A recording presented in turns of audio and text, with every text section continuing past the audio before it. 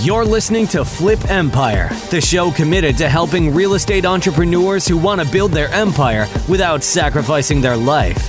Your success and freedom starts now with your host, Alex Pardo. You're about to listen to episode 699 on the Flip Empire Show. My name's Alex Pardo. Appreciate you tuning in to this particular podcast episode where I have the opportunity to interview my good friend, Scott Smith. Now, Scott is not an educator or a thought leader or guru or anything like that. The guy's just an awesome, down-to-earth, real-life, successful real estate investor and entrepreneur who's out there making things happen. And I think you're going to be really inspired by this podcast episode. So if you're ever anybody who has considered making a move or a shift into something that is unknown, if you've ever been challenged with embracing and leaning into uncertainty, this podcast episode is for you. If you're also somebody who's a single family investor and is interested in transitioning into a different asset class like storage, then this podcast episode is also for you. Scott is somebody who I've known, as you're about to hear, for a number of years. Like many of my friends, we met at a mastermind and we built a friendship and a relationship. Just super bright individual. His expertise is when it comes to seller financing and creating and generating assets that spit off cash flow. You're about to hear how he started building a single family rental portfolio early on and how he quickly found that was not as passive as he thought it would be. He transitioned into selling notes and built up about a note portfolio of 20 notes or so. And that was also not passive. So he ultimately made the leap into self-storage, found his first deal on the MLS, got a ridiculous 30,000 square foot facility for just under $550,000. And the equity that he was able to accumulate from his single family investing really helped propel him into storage. And today, he's got a storage portfolio of about 100,000 or so square feet that completely funds his lifestyle. He's able to live his vision. And so you're going to get a lot out of this particular podcast episode. If you have any questions, feel free to reach out. Make sure that you're subscribed so that you're notified every Monday when new Flip Empire shows are released. And with that being said, let's hop right into episode 699 with my man, Scott Smith. Appreciate you guys for tuning in to another masterclass on the Flip Empire Show. If this is your first time joining, I want to welcome you. My name is Alex Pardo. Super grateful to have been the host of this show for the last 7 years. This is episode 699, so we're coming up on almost 700 here. And I'm always excited to host this show because I have the opportunity to kind of share my journey, the wins, the losses, the lessons learned. And I have the ability to connect with incredible people like my next guest, my good friend, Scott Smith. Is just a regular, awesome dude out there who has been very purposeful and intentional about the vision he wants and he has for his life. And then leveraging real estate, leveraging business and entrepreneurship to help him live out that vision. So on today's podcast, we're going to get into some really good stuff that I believe is going to inspire you. It's going to help regardless of where you are in your journey, whether you're getting started, whether you are in single family or another asset class like storage, regardless of what you want to do. I think the principles that you're about to hear, the mindset, the stories, the lessons learned, the challenges that Scott and I share, I think are really going to help you. And even if they don't resonate with you because you can't relate, maybe because you don't have a particular type of business, again, I still think the underlying principles are things that you can draw from in this podcast. At least that's our goal and our aim. So with that being said, my man, Scott, welcome to the podcast, brother. I know you and I have been talking about this for a bit. I'm grateful to have you on, man. You and I have been good friends for a number of years. We were part of another mastermind. I want to say back in 2018 or so. I remember we sat next to each other at a pretty intimate mastermind and we struck up a conversation that led to a friendship. And at that time, I know you had a thriving single family business. And I walked away from our conversation saying, damn, I need to connect with this guy when it comes to seller financing and just creative deal structuring. Like you're really, really good at that. And I don't want to reveal too much early on, but you since have transitioned into a very successful storage business that provides cash flow for you and your family to just live very nice and live out your vision. So with all that being said, dude, welcome to the podcast. Thanks, Alex. Glad to be here. Yeah, man. Love it. Let's kind of start with early on in your journey. Did you come from the corporate world? Like what were you doing prior to real estate? And then the second part of that question is what was it that eventually that got you into real estate?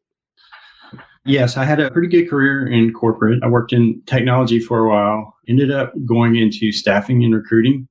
and worked in that industry for a good 10 years and did pretty well. I kind of specialized in sourcing, which is kind of the research part of the recruiting process and kind of interviewing people and kind of passing them along to the recruiter. I got really good at that. It's kind of when Boolean searches and kind of deep diving into the internet and built a really good career with that. That went well for a long time, and I get to work remotely and continue to do well with that. But what I learned was whenever the economy took a dive, each time the economy took a dive, so did all the hiring. It was just a kind of a cyclical process with the recruiting.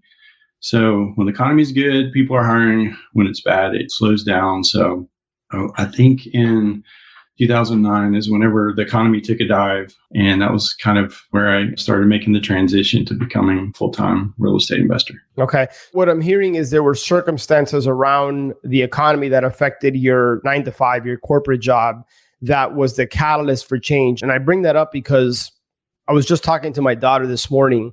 So Scott, every time my daughter comes to me with a challenge or something that's going on in her life, as a parent, I take it as an opportunity, or I try to remember that there's a teaching moment here. And I was sharing with her just this morning how I truly believe life isn't what happens to you, but how you respond to what happens to you.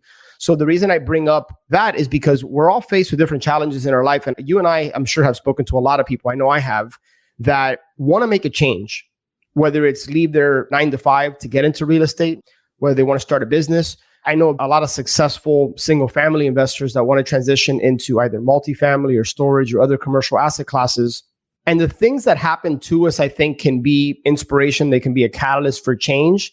And yet oftentimes I find that people revert to what they know and what's comfortable.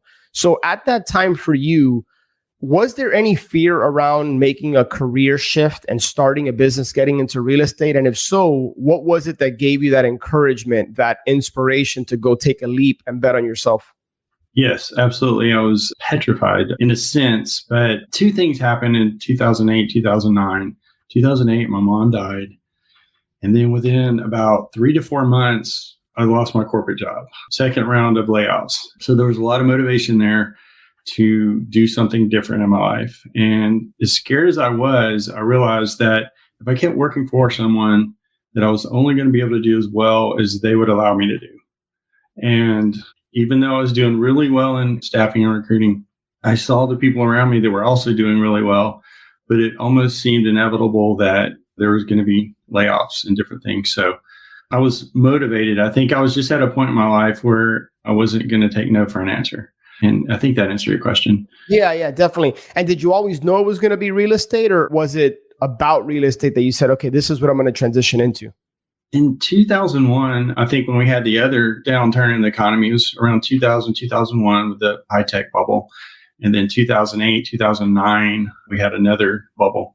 In 2001, I got my real estate license and I started doing real estate kind of part-time on the side. And I did that for a while. I thought I wanted to be a professional real estate realtor. And what I realized in that process is that the way my mind works is I was seeing deals that other people also were seeing, but that they weren't acting on. And so I realized that, or at least I thought in my mind at the time, that I could be a realtor or I could be a real estate investor. And there are two different skill sets and two different mindsets. But if I kept my real estate license, that I could use that access to the MLS to find deals to be able to do them. But at the time, as a realtor, you're on 100% commission. So it's really hard to get qualified with a bank loan. So I went back to work for a while. I kept my license active and I started just learning, reading books. In 2008, I went to this Armando Montalago flip. You probably remember him from back in the day. I do, yeah, from the show, right? The flipping show? A&E? Yeah, and so in 2009, I signed up for his bus tour and went out to California, and we just spent a couple of days looking at and evaluating houses that needed remodeling. And so that was a great education. And I just kind of dove in. I was like, okay, I wasn't sure exactly what I wanted to do, but it made sense to me in my mind that if I bought houses as rentals and I could get $200 or $300 a house, is what I had in my head, that I could get 20 houses and then I could completely replace the income I had and I would never have to go back to work for someone. So it sounds like you had a plan going in. And again, you were going to be a buy and hold investor. You wanted 20 rental properties. Was that from the period that you got into real estate, 2009, 2010, up until the point that you transitioned eventually into storage? Is that what the business ultimately, what the model ended up being, is you were acquiring a lot of rentals, or were you also doing wholesaling or fix and flipping, things of that nature? Yeah, in the beginning, I was just started out as just wanting to own rental properties. So after I left my corporate job, early 2009, I cashed out my retirement account and started buying houses, owner finance in Waco, really. The Austin market had gotten so expensive. And so I realized without a job and at the price point the houses were, that banks weren't going to lend me money. I heard no time and time again. Bank of America, Chase, all the big banks were like, no.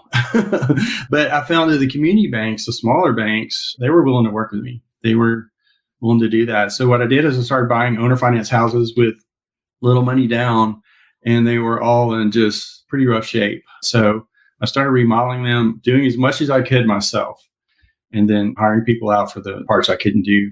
And then I would just build that rental portfolio one property at a time. Okay.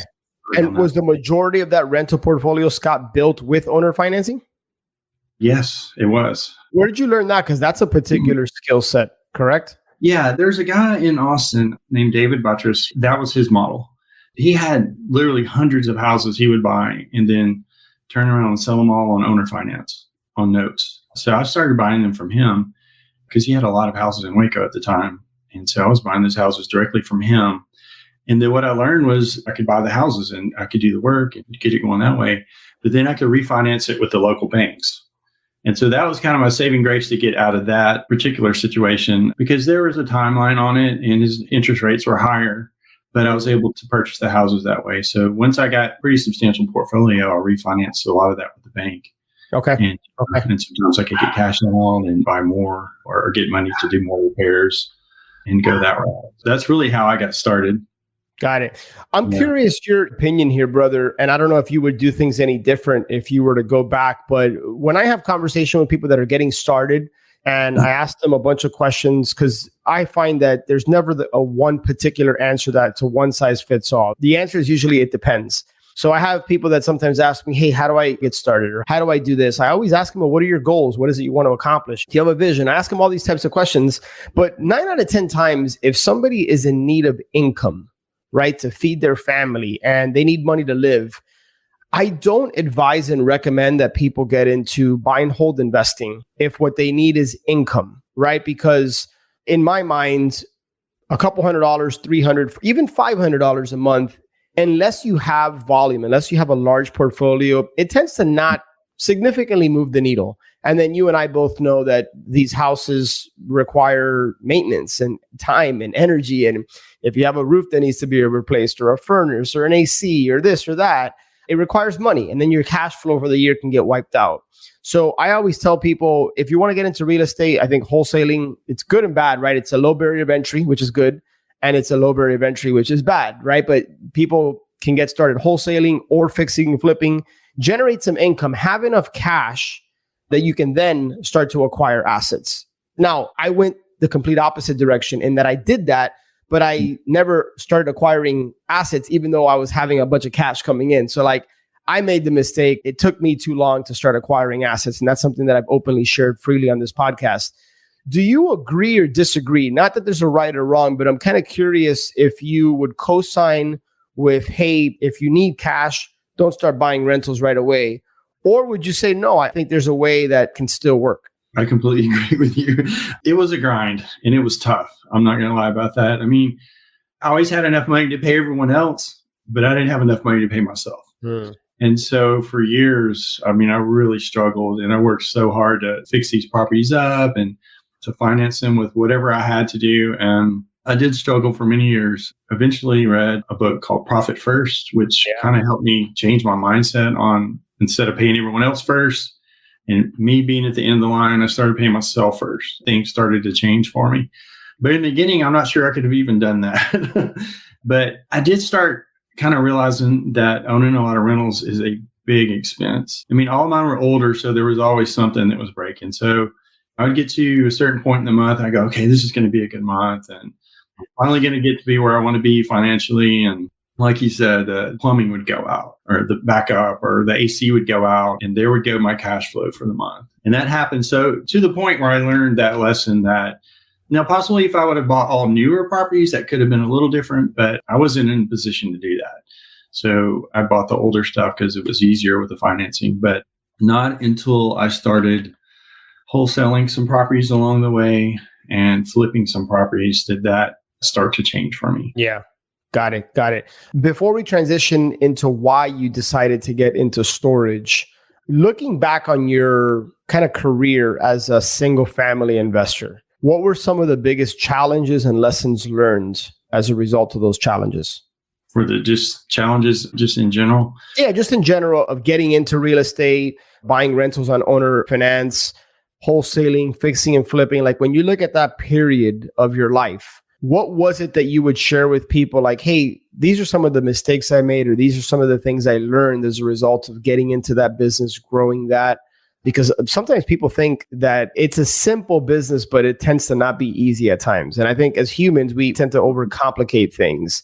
So I know I made a ton of mistakes early on, in the middle, and even now, like I still make mistakes that I learned from. So it's a process.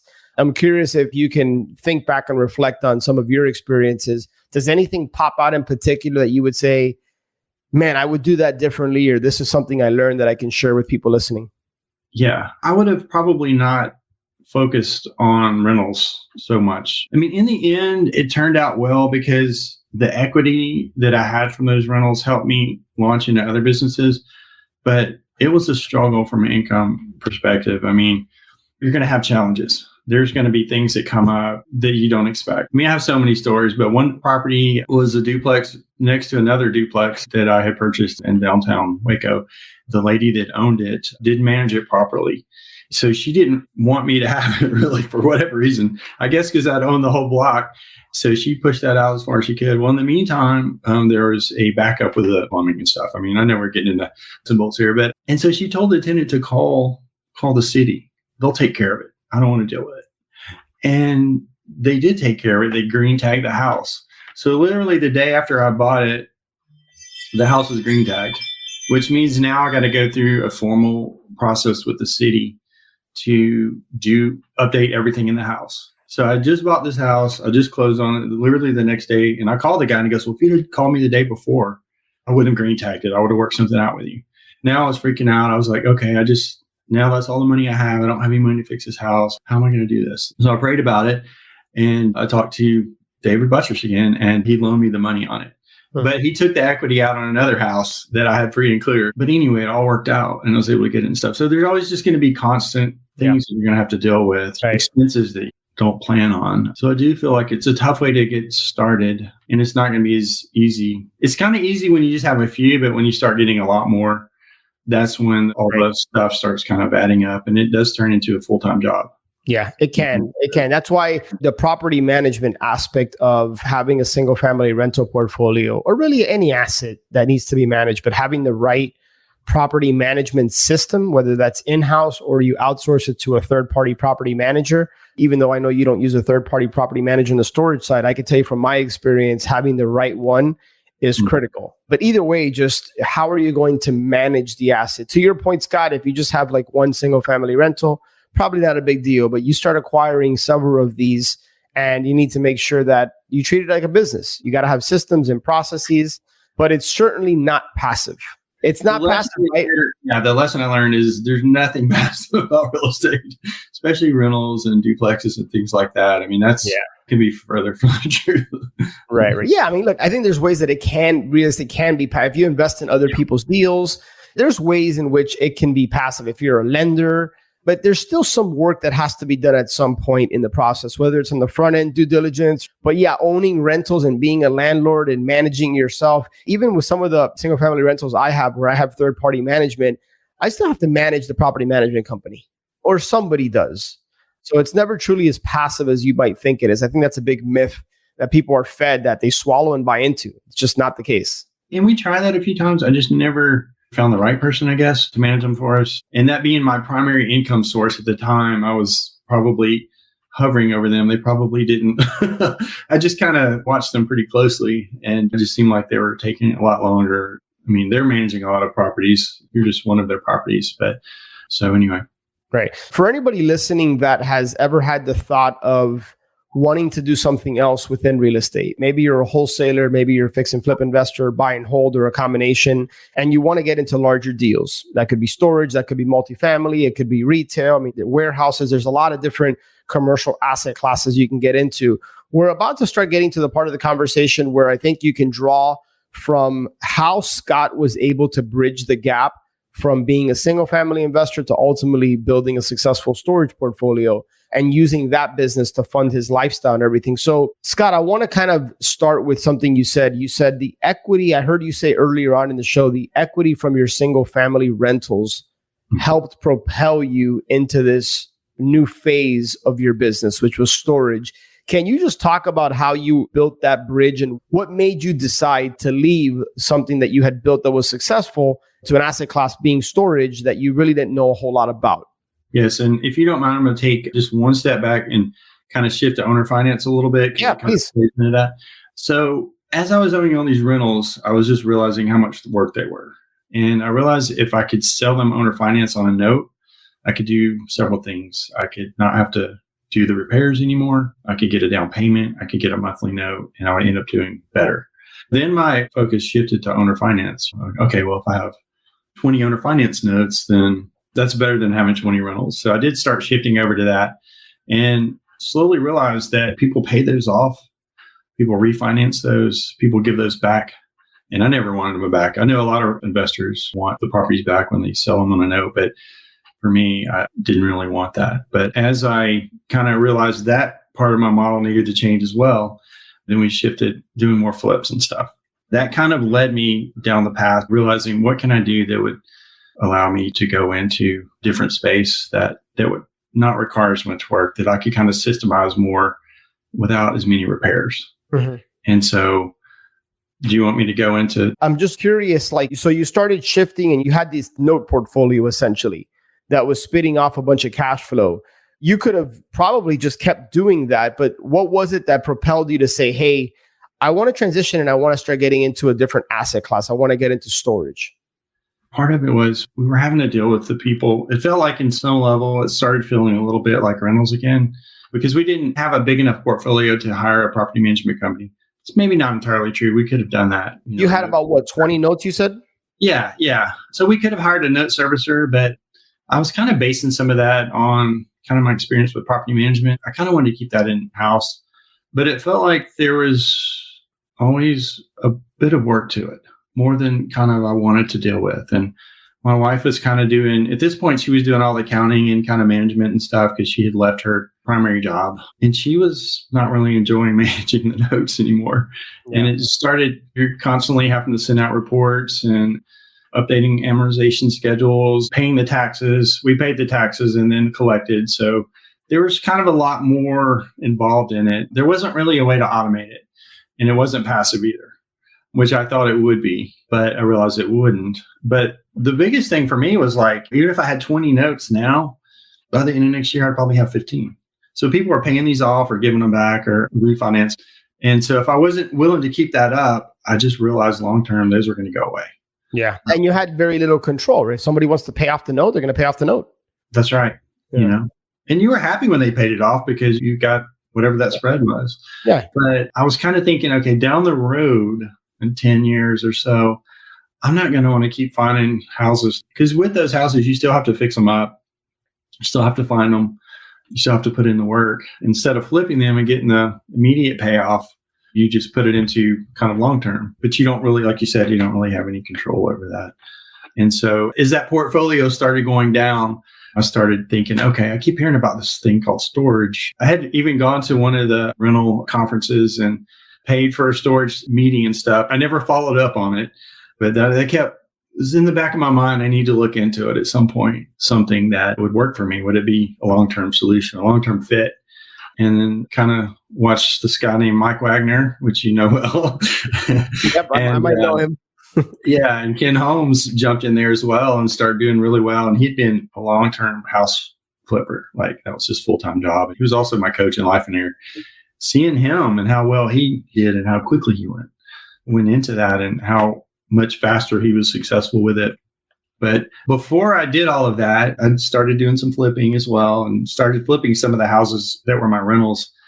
one of the properties we bought, we turned into an Airbnb. So my wife had left her job to manage the Airbnb and to help with the family business. And then that was right when COVID hit. I mean, we had everything online and COVID hit, and we went from the bookings going straight up to the bookings going straight down. That worked out pretty well. And then we had a flood over there. Like it froze, and then the pipes underneath the house, and we just remodeled it like 1 year earlier. They had a slow leak that we didn't know about. And so we had to redo all the flooring down to the studs again. And we had just done that 1 year earlier. Yeah. And so between that and just the other work that was involved in managing the Airbnbs, we thought, well, if we sell these Airbnbs, that would give us the income to buy storage. And so right about that time, one of the properties that had on a note, the lady gave back to me. And I was like, oh, great. I have to fix this house up. This will be the third time I remodel this house. And I was like, well, I'm just going to sell it. And so I put it on the market. The first time ever, this lady didn't show up at closing. I mean, didn't show up, didn't reach out, nothing. And I was like, wow, that's pretty strange. Never had that happen before. Yeah, I can't say that's ever happened to me either. Yeah. So, okay, we'll put it back on the market and we're going to sell it under finance. And then the realtor's like, well, I need you to fix all these things. And I mean, part of it is owner financing. The house isn't always in perfect shape, but you're providing the house plus the owner financing, and it's livable most of the time. I mean, they're doing a little sweat equity to kind of for that as well. And so that house went under contract and it fell through. I was like, wow, 2 times. And then the third time we got it under contract, and I was like, well, I really hope this one goes through. In the meantime, I was on the MLS. And I found the storage deal. I talked to my coach, Ken, about it. And he's like, if you don't put an offer on that deal, I'm going to put an offer on it. I was like, Ken, that's, yeah. And I was like, okay. Yeah, that sounds like it. And by the way, for those listening, it's not uncommon to have a commercial asset like storage improperly, or I should say incorrectly listed on the multiple listing service, right? But it happens sometimes. And usually when it does, that presents an opportunity. Sometimes it's a realtor that's accustomed to the single family world and they come across a facility. Maybe it's one of their clients that has this, and then they list it on the MLS when that should go on a commercial listing service like a LoopNet or Crexi or one of those types of services. So there's an opportunity and a gold nugget for you that Scott just shared is if you want to get into multifamily or storage or whatever, and you have access to the multiple listing service, put up keywords that say like storage or apartment building or multifamily. Sometimes you'll come across these assets incorrectly listed on the MLS. And oftentimes that presents an opportunity because either the realtor and or the owner just doesn't really know what they have sometimes. Yes, true. And so it was on the MLS. I found it. In the meantime, they dropped it $50,000, the price. And so what was the asking price at this point? It was $550,000. Okay, tell us a little bit about the deal before you keep going. Like, how many square feet was this facility? How many units? Yeah, this was 30,600 square feet. Yeah, it wasn't all like in one location, but all the buildings were really close to each other. And it had been owned by the same family for quite a while, 252 doors. Okay. And so I got it for a pretty good price. But right about the time that I put an offer on it, I guess when the other commercial investors locally had seen the deal, and he also put an offer on it. So we were competing on the offer. And we were talking about the price and all that. Yeah.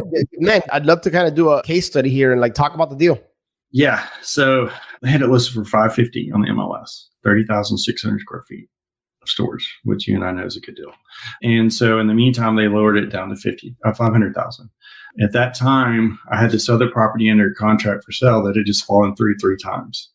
And that was the only way I would have enough money to put down on that because they want 20% down. Yeah. And my bank did, but they were willing to finance it because I had a good relationship with the same local community bank, which I'm a big advocate of community banks and building those relationships. Yeah. But the only way I could do is if this deal closed. So I got it under contract, very similar offer to the other party, and they accepted our offer. And fortunately, by the grace of God, it closed. So this was held up 3 times for reasons that I had no idea about. Wow. Actually closed in a time to where I found another deal and I had the money for that down payment. There's no other way I couldn't have orchestrated that, but it worked out that way. Yeah. And so I was able to close on that. I'm curious. Let me jump in for a second, Scott. Sure. Had that deal not closed, it would have jeopardized your ability to close this incredible I mean, 30,000 square foot facility for 550 is ridiculous, 100%. right? Yeah. I mean, a price per square foot, that's crazy.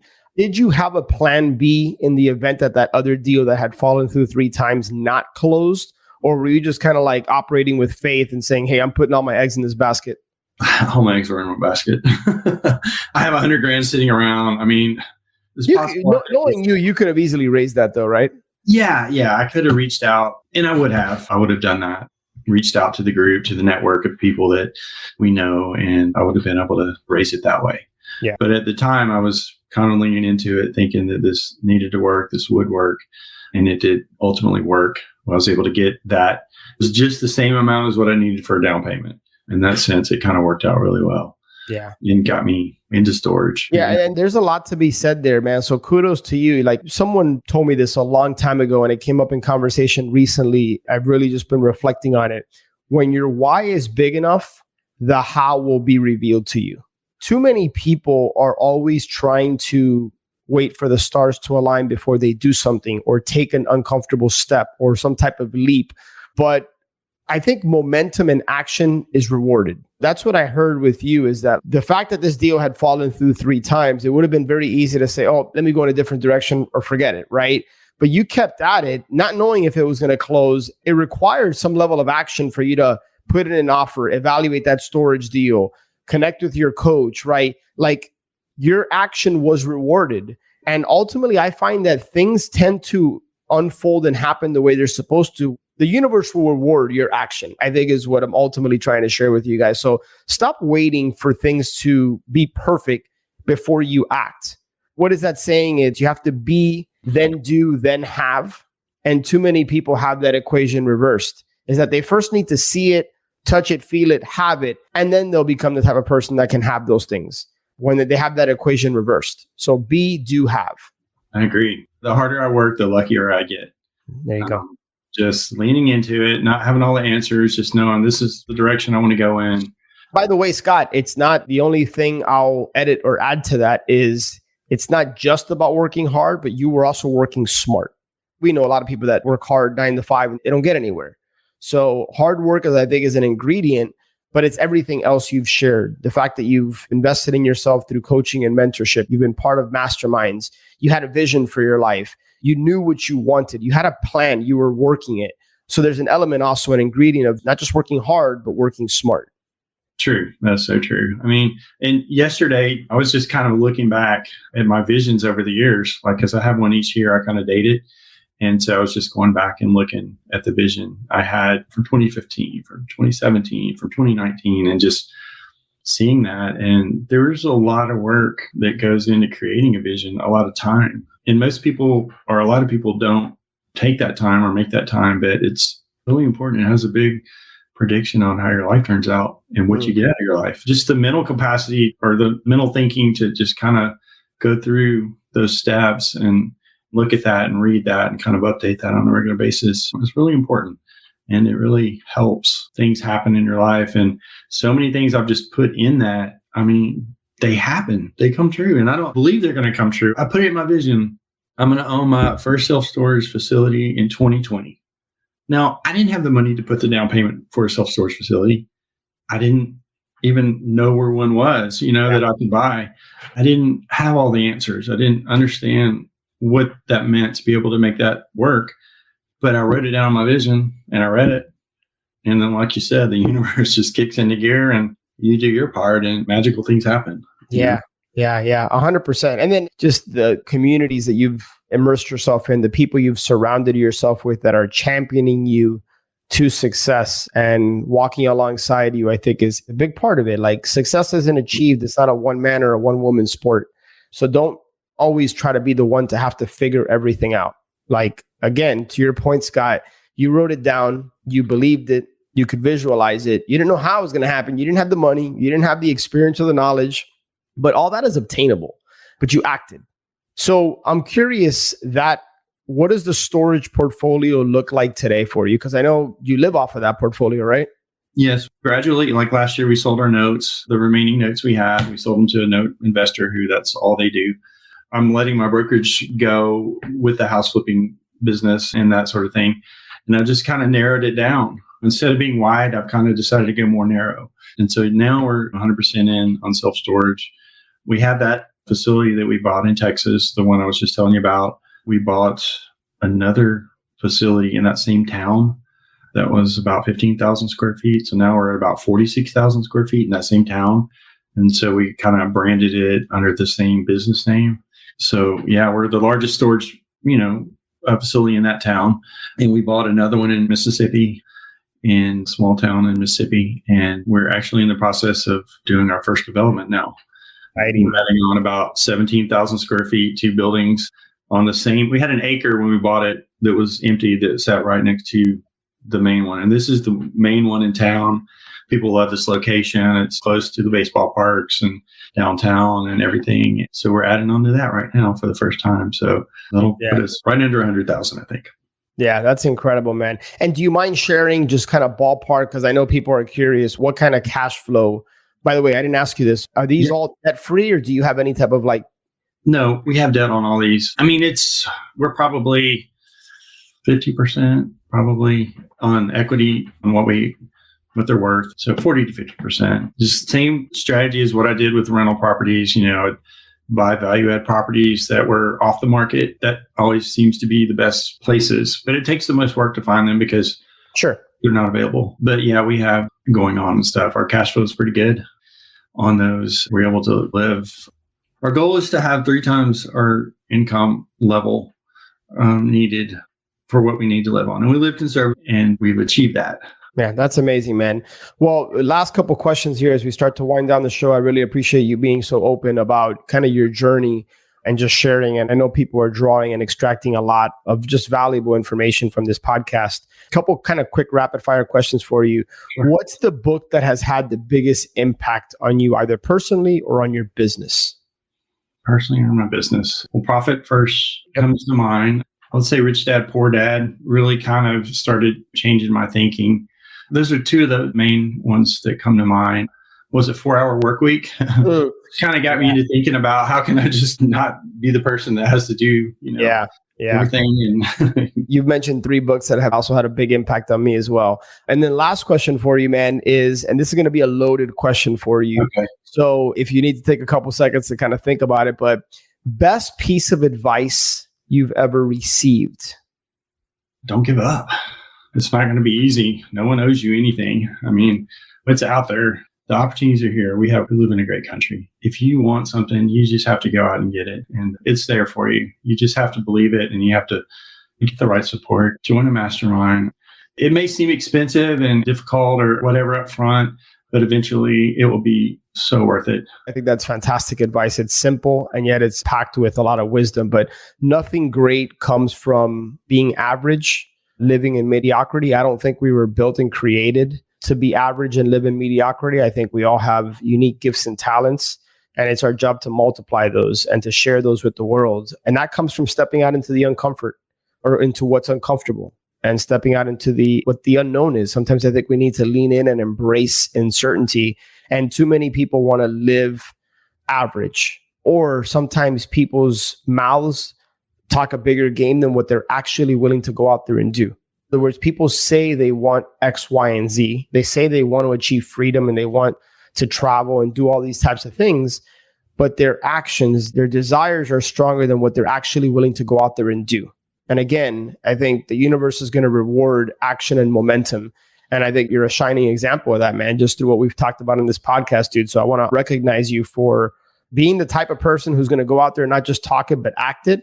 And then coming on here and sharing that, because one of the things that, Scott, I don't think I've shared with you, but this is episode 699. And to this day, I have the same mindset I did when I had the first one. I said, I don't know how many people are going to listen to this, but if I can reach one person, something I say or something you say or a guest says that causes them to take some sort of step forward in the direction that they want to go in, and it helps them and their family, and then ultimately that has a ripple effect on the people around them, their community, etc. Man, it's totally worth it, dude. So I appreciate you investing the last hour-ish or so here with us, man.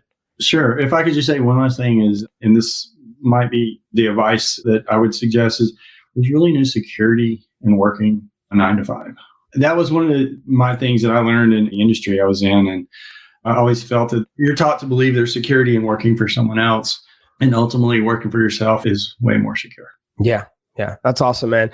Well, my friends, again, I so appreciate you. My only ask is that you subscribe to the podcast and then share this with somebody. If you found some value, if you got something from it, we'd love to start a conversation with you on social media. Speaking of, Scott, best place to people, I just put it on the screen, but where's the best place for people to follow you, connect with you? Maybe they have a storage opportunity they want to run by you or whatever the case might be, man. How can people reach you? Sure. You can reach me on Facebook, Scott Smith on Facebook. Yep. And right now, Scott's got a picture. I think you're standing in front of a red Ferrari, right? So, because there's probably a bunch of other Scott Smiths on Facebook and the URL would have been long. It's got a bunch of characters in it. So look up Scott, just good, genuine dude, an action taker, clearly, as you've seen, and somebody who's very go-giving. So with that said, guys, really looking forward to having you. Make sure you tune into episode 700. That's going to be a solo show. And I got some things I really want to share with you that have been on my heart. And then I have some awesome guests lined up. So I'll be in Italy in a couple of weeks, and I've got some pretty cool guests lined up to share with you just a lot of awesome things that can help you ascend in your life and in your business. That's really the goal and aim of this particular show. So with that said, guys, I will connect with you on the next one. Have an awesome day. Hope you enjoyed that episode. But before you go, I've had a lot of people recently reach out to me wanting to learn more about Ascend, wanting to understand how the mastermind component works, how the coaching relationship works. And so right now we're actually on a waiting list. But what I would encourage you to do is if you think you're the right fit and you think you could benefit from being a part of our community, head over to ascendyoursuccess.com, watch the short video, and then just click the apply to join button below. And then we'll be in contact with you if and when a spot opens up. So really appreciate you listening to Flip Empire here. And I look forward to connecting with you on the next show. Take care.